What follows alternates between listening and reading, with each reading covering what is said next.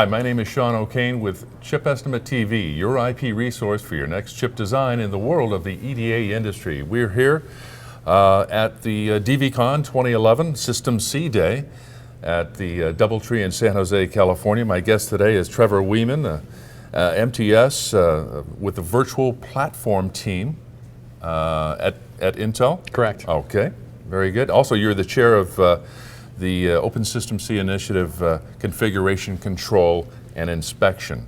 This is that working group focused on developing standards and interoperability between tools and models. Yep, right? that's right. Okay, so what are you presenting today at the SystemC Day today?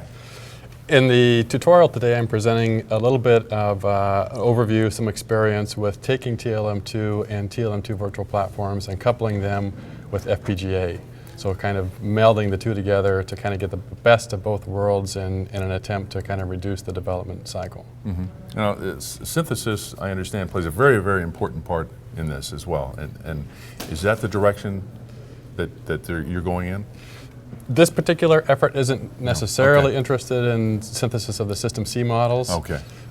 It's more about taking a piece of the RTL that's available early and synthesizing it to FPGA and then pulling it into and integrating it with the virtual platform so that you've got the ability to do some validation of your software against real RTL, but still maintaining a full platform context and being able to develop a full software stack. So why is this an important standard?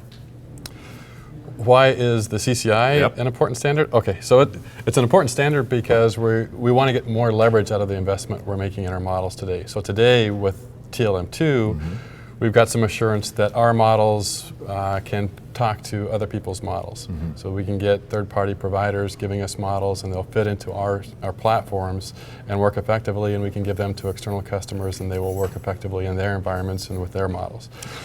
The tool part of it comes into play with being able to get the most out of those models. So if you look at the kinds of things that you want to do with a model, the things that you can do uniquely in a modeling environment that you can't do with silicon, being able to get better visibility, better control, statistical analysis, and a lot of those kinds of things require that the model tell you what's happening to some extent.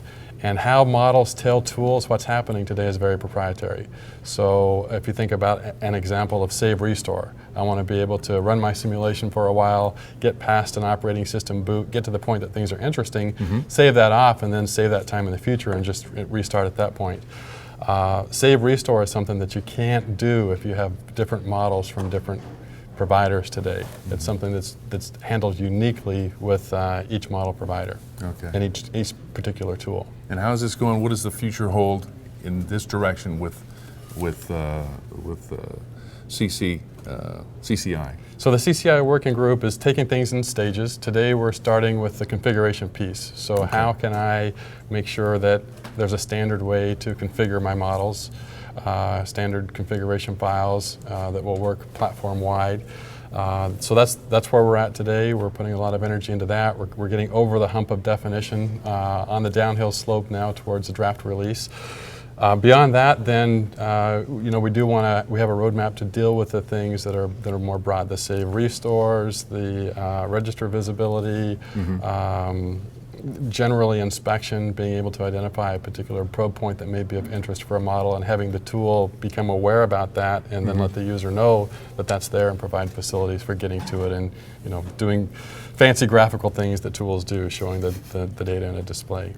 That's excellent. Thank you very much for spending a little bit of time with us. You bet. Trevor Wieman. My pleasure. Yes, with Intel. We'll see you next time on ChipEstimate TV.